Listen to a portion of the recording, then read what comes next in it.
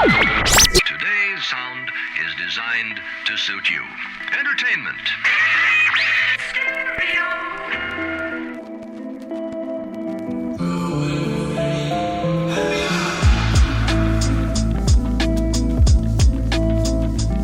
Oh no, it wasn't the airplanes. It was beauty killed the babies.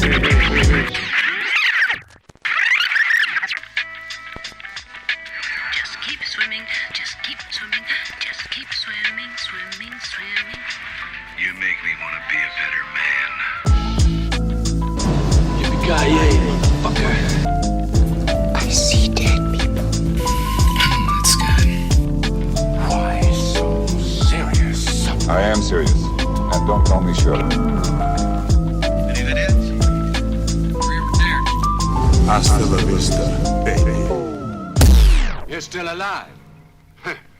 Of course I'm alive. No one can defeat me. Olá! Esse é o Cinefilia e Companhia com mais um dos seus episódios de dicas.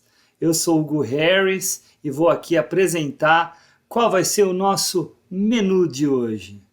A primeira dica vai ser do nosso convidado, Fernando Chiesi, que trouxe o livro Fantasmagoriana, de Jean-Baptiste Benoit Herrier. Olá para você que está ouvindo o Cinefilia e Companhia.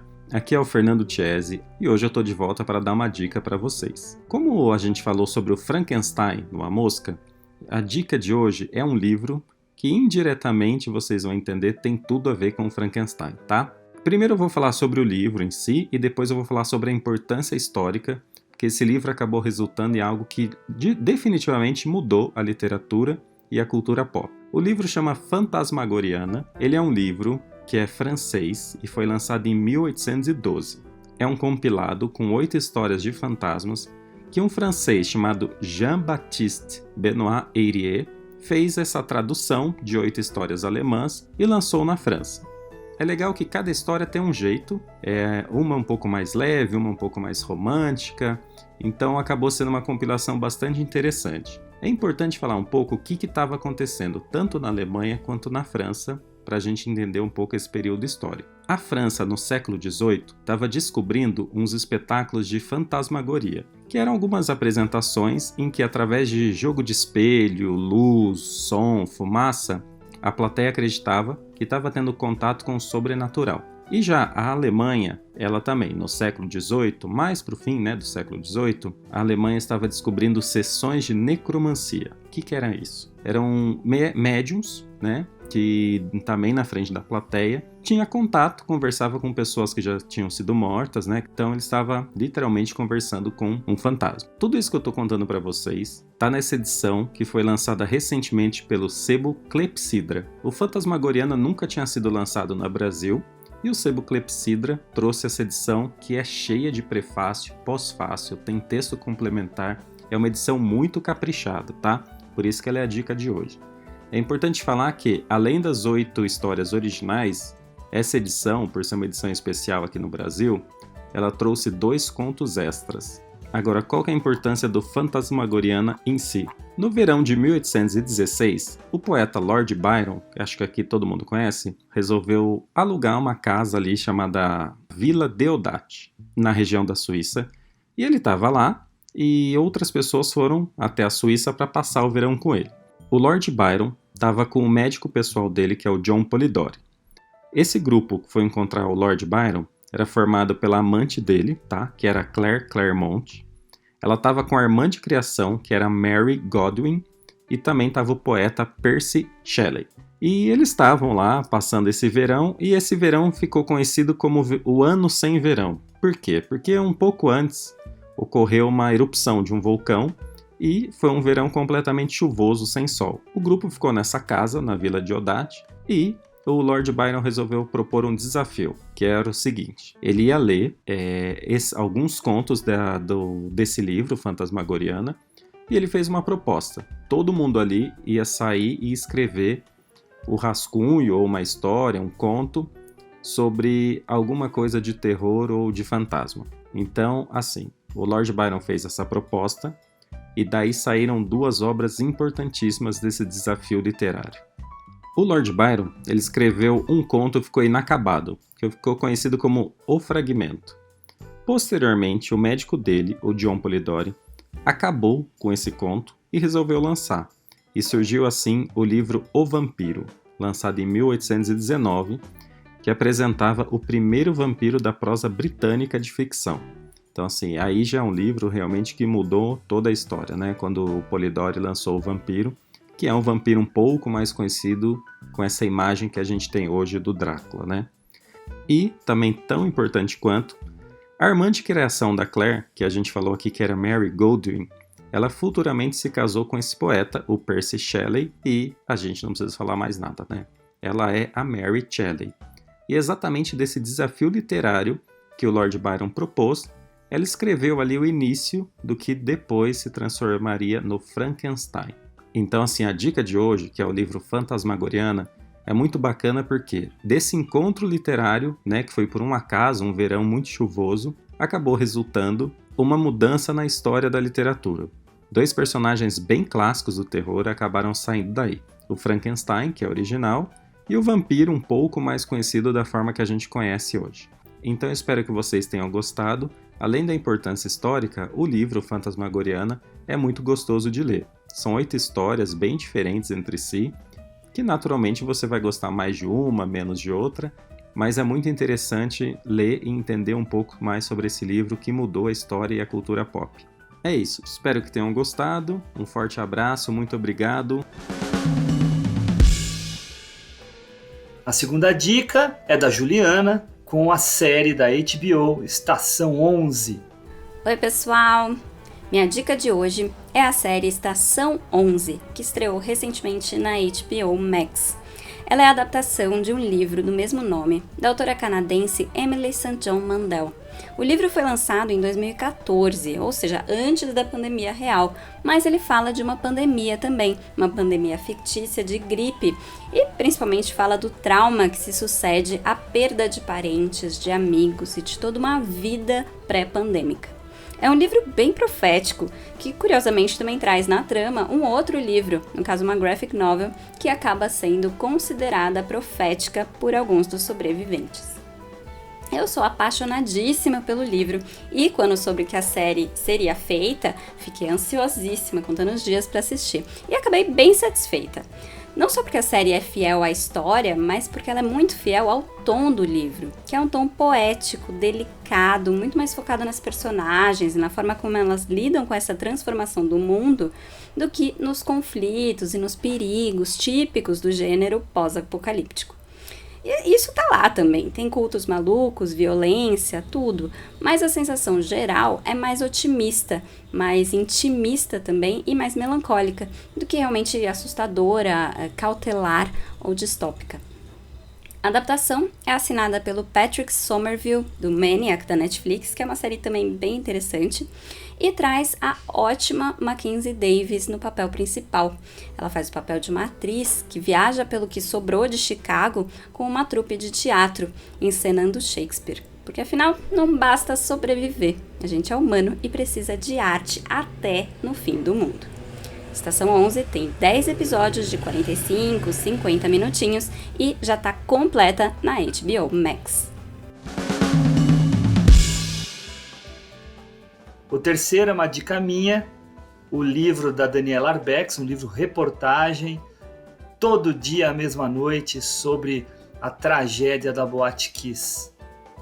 Bom, gente, eu queria falar de um livro que eu li há pouco tempo, chamado Todo Dia à Mesma Noite. Ele tem como subtítulo, e aí já deixa muito claro qual é o tema dele, A História Não Contada da Boate Kiss. A autora do livro é a Daniela Arbex, uma jornalista de muita qualidade, que já tem alguns livros de bastante renome, principalmente o Holocausto Brasileiro, né? Que é sobre o Hospício de Barbacena, onde morreu um monte de gente. Mas esse aqui é um livro que mexe muito com a gente, principalmente nós que somos pais, sentimos doer bastante, né? A Daniela foi lá para o sul e conversou com as famílias de muitas pessoas que perderam suas vidas lá dentro da boate. Conversa com pais, com irmãos, irmãs, marido, esposa, filhos, com todas as pessoas e também com aqueles que estiveram envolvidos no resgate, no atendimento, né? Que viram essa tragédia acontecer.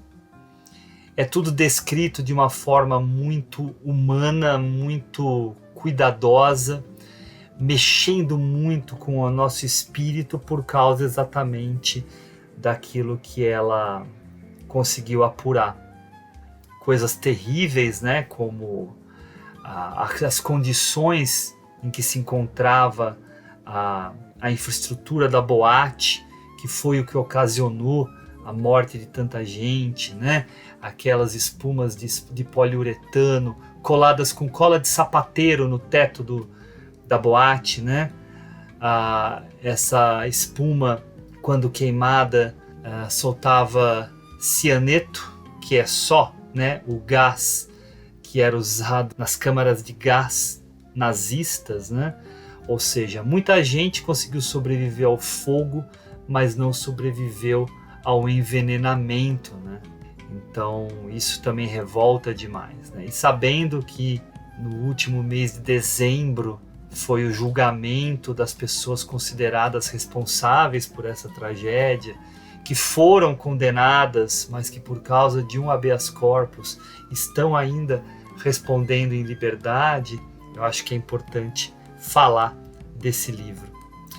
Então fica a dica para vocês, essa questão do cianeto e tal, é só um dos detalhes dentro do livro, tem muita coisa, não é um livro de espetacularização, é um livro de emoção, é um livro que se preocupa em contar as histórias de pessoas perdidas lá, né? Todas elas tinham uma família, todas elas tinham, inclusive funcionários, inclusive membros da banda, tanto a que causou o incêndio quanto a banda anterior que estava tocando antes deles, né? Então muita gente foi perdida lá, né? Foram mais de 230 pessoas, né? Um incêndio horrível de proporções aí nacionais, mundiais, né? Pelo que a Daniela escreve até no livro, é o terceiro incêndio em número de mortos ocorrido em espaço fechado no mundo. Então ele tem uma importância aí que causa uma reflexão sobre medidas para lugares onde você tem eventos, para bares, para fiscalização, de vigilância, né? Era cheio de irregularidade esse local. Então eu acho que vale aí, no quesito informação mesmo, a gente olhar esse livro. Repito o nome dele, é Todo Dia a Mesma Noite, a história não contada da Boate Kiss, da Daniela Arbex, editora Intrínseca. Fica a dica. E a última dica de hoje é o filme Romeu e Julieta, do grande diretor australiano Baz Luhrmann, que o Henrique trouxe pra gente. Olá, turminha! A minha dica é o filme Romeu mais Julieta, do diretor australiano Baz Luhrmann, de quem aprecio muito o trabalho. O filme é de 1996 e é uma adaptação da peça de William Shakespeare, Romeu e Julieta. Para quem não sabe, Baz Luhrmann, ele é um produtor e escritor que abrange cinema, televisão, ópera, teatro, música e a indústria fonográfica. Considerado um autor contemporâneo com estilo único, pois ele traz para a maioria dos seus trabalhos a música. Ele acaba sempre se envolvendo e difundindo a cultura pop através dos seus trabalhos, né? Baz Luhrmann começa sua carreira como diretor teatral de peças musicais, né? E ele cria sua primeira peça teatral, musical, Sklik Ballroom, que viria a ser futuramente seu primeiro longa, que ficou conhecido como Vem Dançar Comigo, em 1992. Bom, a partir daí ele acaba fazendo o que eles chamam a trilogia vermelha. Vem Dançar Comigo, em 1992, e Romeu mais Julieta, em 1996, e o grande e mais conhecido filme Moulin Rouge, em 2001. Um filme que se tornou premiado, referência pop de musicais dos anos 2000. Agora, voltando à minha indicação, o filme Romeu mais Julieta, o então recente diretor, que vinha do filme Vem Dançar Comigo, realmente resolve ousar nesse filme aqui. Primeiramente, ele ambienta Romeu e Julieta num tempo que parece distópico, numa cidade chamada Verona Beach, fazendo referência a Verona. Baz Luhrmann ainda deixa o texto original, mais presente. Os diálogos continuam sendo os versos shakespearianos do próprio Romeu e Julieta. Porém, Baz Luhrmann traz uma questão estética para esse filme, que é nada mais, nada menos do que o videoclipe, que estava em voga naquele período, um período forte da MTV. Pois bem, como eu falei anteriormente, Baz Luhrmann tem uma ligação muito forte com a música, por isso ele traz sempre essas questões para o filme. No entanto, ele resolve colocar dois jovens atores que estavam começando ali sua ascensão, que era o Leonardo DiCaprio e Claire Denis, ainda jovem os dois. E ali há uma química muito forte entre os dois, traz um charme e um envolvimento emocional muito grande com o filme. Baz Luhrmann também traz um elenco farto de atores e atrizes conhecidos dos anos 90, que compõem aí um elenco estelar, e que dá um charme ao filme inigualável. Baz Luhrmann deixa essa história muito fiel ao texto de Shakespeare, só que ele traz uma vestimenta diferente e pop para aquele período, e buscando ângulos de câmeras mais ousados, desequilibrados, enfim. Romeu e Julieta é uma história muito conhecida, dificilmente alguém não conhece a história de Romeu e Julieta.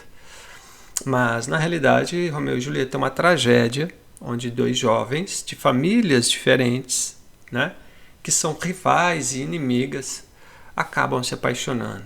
Romeu, da família Montaigne, e Julieta, da família Capulet. Em Romeu e Julieta, Baz Luhrmann busca compor os diálogos, os versos das personagens com uma trilha pop contemporânea à sua época, em 1996, a MTV. Pois bem, a história em si se passa nessa Verona Beach, e ele dá um cenário que mais se parece uma Los Angeles, meio distópica, meio à frente do seu tempo, onde essas duas famílias, de gangues, mas de becos, de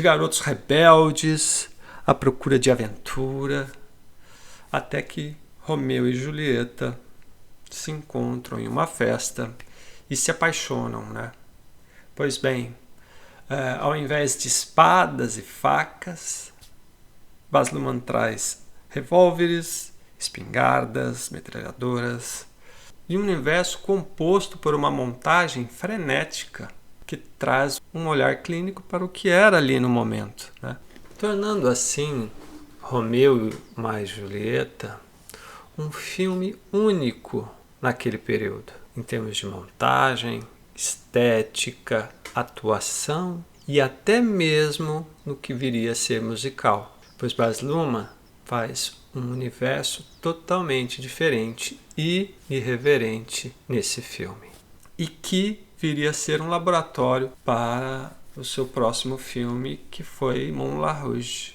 Pois bem, essa é a minha dica e espero que vocês gostem.